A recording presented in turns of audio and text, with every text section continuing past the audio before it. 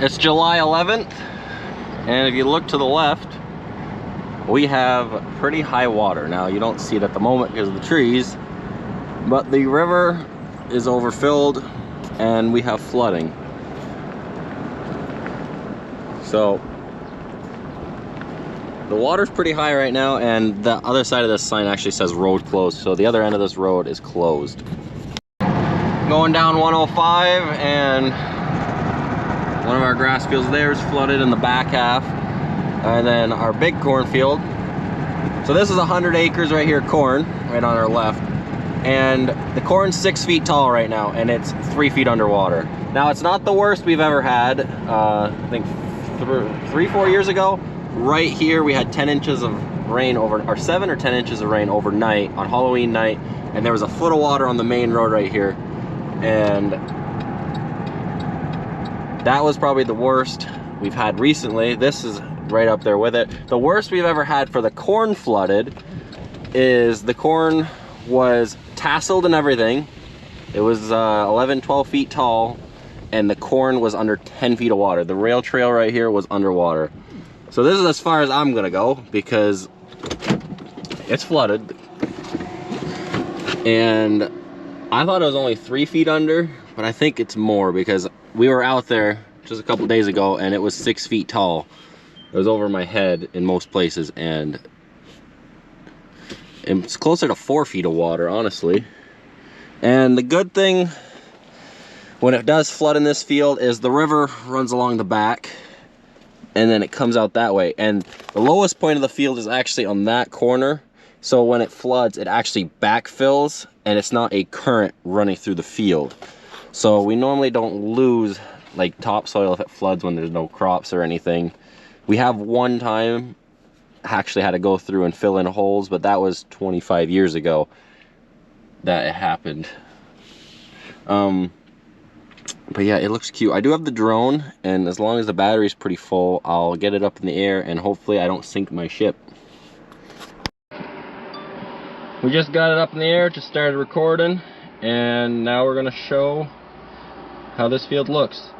So like I was saying earlier, this field is 100 acres. It's a little bit more because we did convert this grass right here over to corn. So now it's just a straight up cornfield now. No more little, that was 8 acres of grass.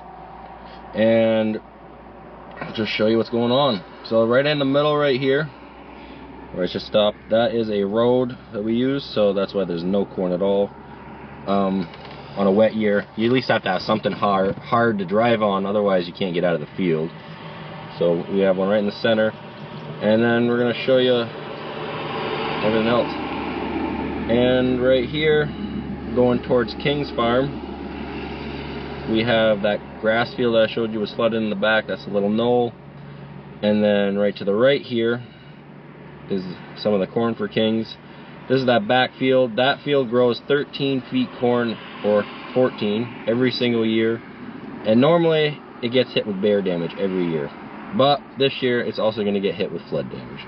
So you can see the river. It comes in along the back right here.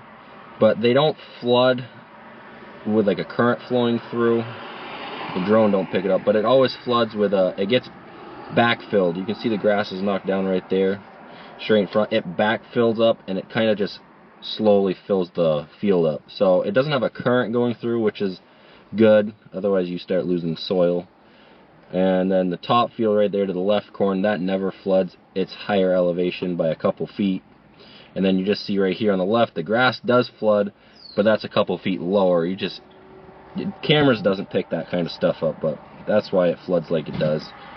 And then this whole field right here, this is just under, I thought it was 3 feet of water, but the corn is 6 feet tall in most places. I mean, some places it's 5 feet, but it's looking closer to 4 feet of water, honestly, in some spots.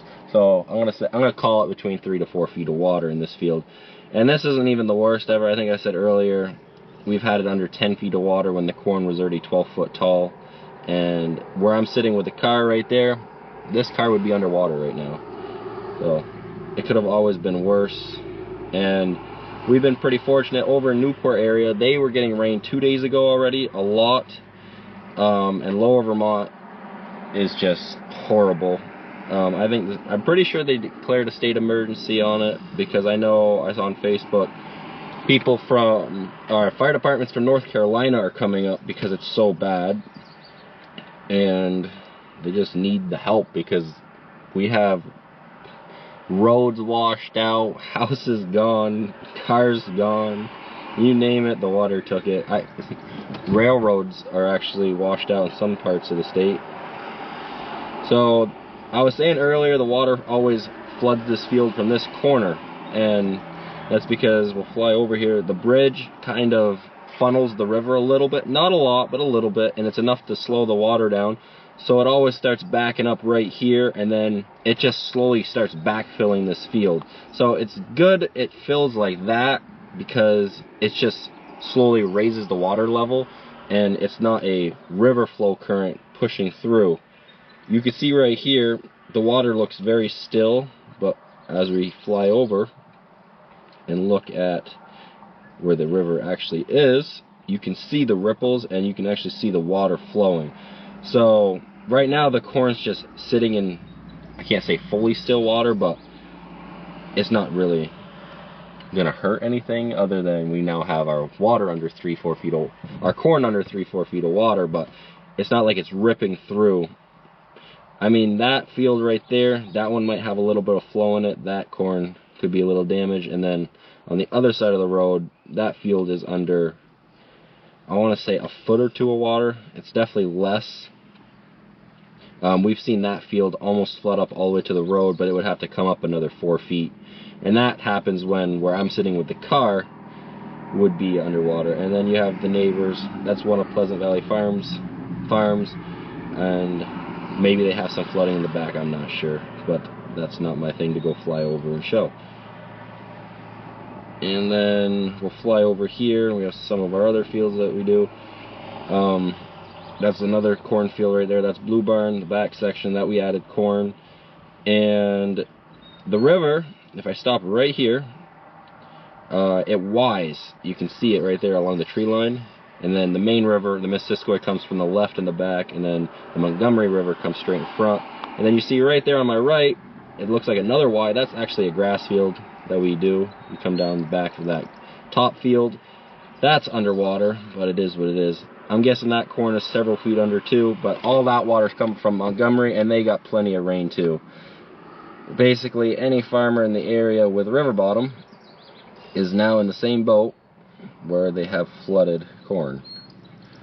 But yes, this is 100 acres of corn in one sitting under 3-4 feet of water, and we're not the only ones in the boat. Garrett has some friends in lower Vermont. They have 2 50-acre fields that are under just as much water or worse, because they had it a lot worse down there. And then our neighbors here, their corn is too. So everybody's in the same boat, and this is why farmers are always worried. They're worried to get the crop in, and then they're worried all year while it's growing. And then, because you never know when a disaster like this can happen, and then you're not stress-free until the crop's all done and in. And then you have other stuff you're worried about, but the growing season ain't done once you get the seed in the ground. It's already enough stress having the right weather to get it in. And then you top it off with just, that's how the year goes. We speed the drone up a little bit, back it up, and maybe it'll look a little bit more wild from this angle.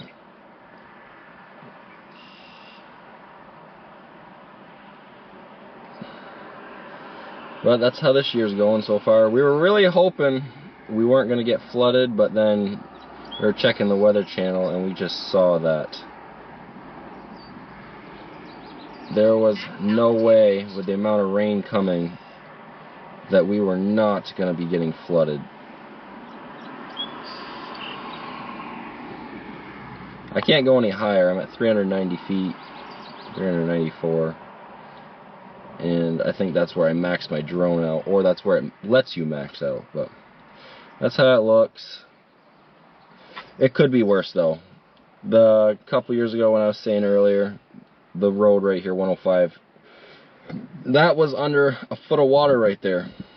and that destroyed a lot. Luckily, that was the day after we finished snappage. Like, we were luckily done everything. And then flying over here, you can see the home farm. And I've actually really never flown the drone like this. I might actually get a video someday of like everything. But you can see all the fields that we do. Oh, my battery's dying. Hell no. We're driving this home because it ain't going swimming. So we're going to cut the video short. Maybe I'll actually fly it home and show you guys.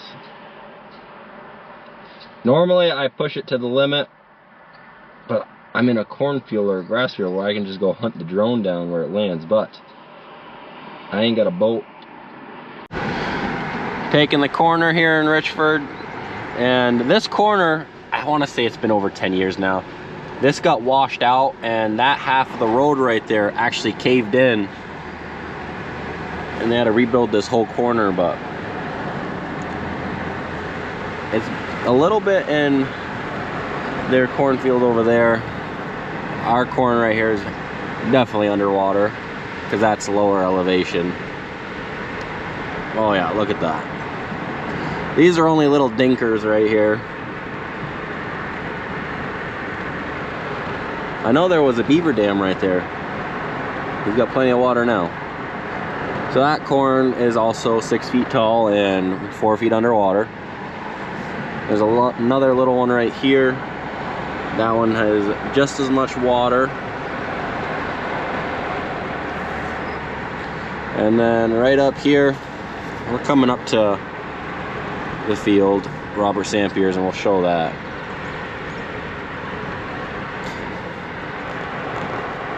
So you can see the waves, and here, it's not like in the big cornfield we got. Look at that, crazy. Here, there is a lot of current. And because the river basically is taking a straight shot line and just coming straight across. Now the good thing is this is a grass field and not a cornfield. So the current would have to rip through the sod layer too to start eroding it. Now I ain't saying it ain't possible, because it 100% is, and it will if it wants to. But because it has the sod layer, there's a lot less likely chance that the current is going to take as much. Now it has in the past in fields, rip grass out, and then you gotta fix it and stuff like that. But it's kind of the river bottom land is amazing growing land, but that right there is the huge downfall, is the flooding. Now I can't show you that, but there is, well, they got the back grass field there. That is also just as flooded. And then you got our cornfields here.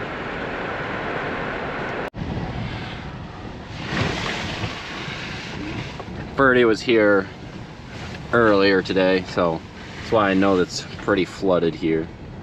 And we'll show you what's going on here.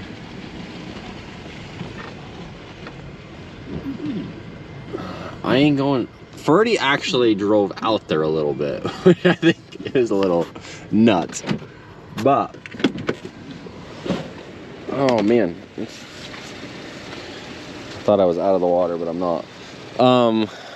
The river is right over there, and right here there's actually a current going through, so you could see it. Now it is what it is. Can't change it now, but hopefully the corn roots is at least assisting on keeping some of the soil together. It's definitely helping a little bit, but the sod layer with grass definitely does a lot better. It's been a couple of years since it's flooded like this right here, but it is what it is. You can really see the current going, and it's like that basically all the way down. Now there's only like 6 inches to a foot right here. It's not crazy. This is a pretty high spot, honestly, to have flooded. So it's nothing comparable to the rest, which is good. It means there's less water moving through, but any water is still too much water to have flooding. And then I think I can go down farther down the road Ferdy sent me some normal recordings, so they're not going to be as nice on the YouTube video. I don't think I'll put them on because it's upright recordings, but you can see if I walked out here, I guess the corn here is only 4 or 5 feet tall, but I don't got my boots on. We'll walk in where it's a little drier. So I'm 6'1", and it's dry right here. So you can see how tall the corn is. I guess it's 6 foot here in some spots, and I mean, you got a little bit of sags here and there, but for the most part, the corn looks like it's 5 to 6 feet tall. I mean, right here in the beginning, it's not, but that's basically on most fields where you drive in and out where all the compaction is. I mean, we chisel plow and stuff and do the best we can, and it's not good soil because it has some road gravel in it too, just to make sure that when you're hauling all the loads out, you can actually get in and out and not get stuck all the time, so you make it a little bit harder ground. My battery keeps dying, but I want to say thanks for watching. Till the next one. I want to say best of luck to any of those extremely affected by this. Water is very damaging, and a lot of people are being affected by this, so hope them all the best, and till the next one.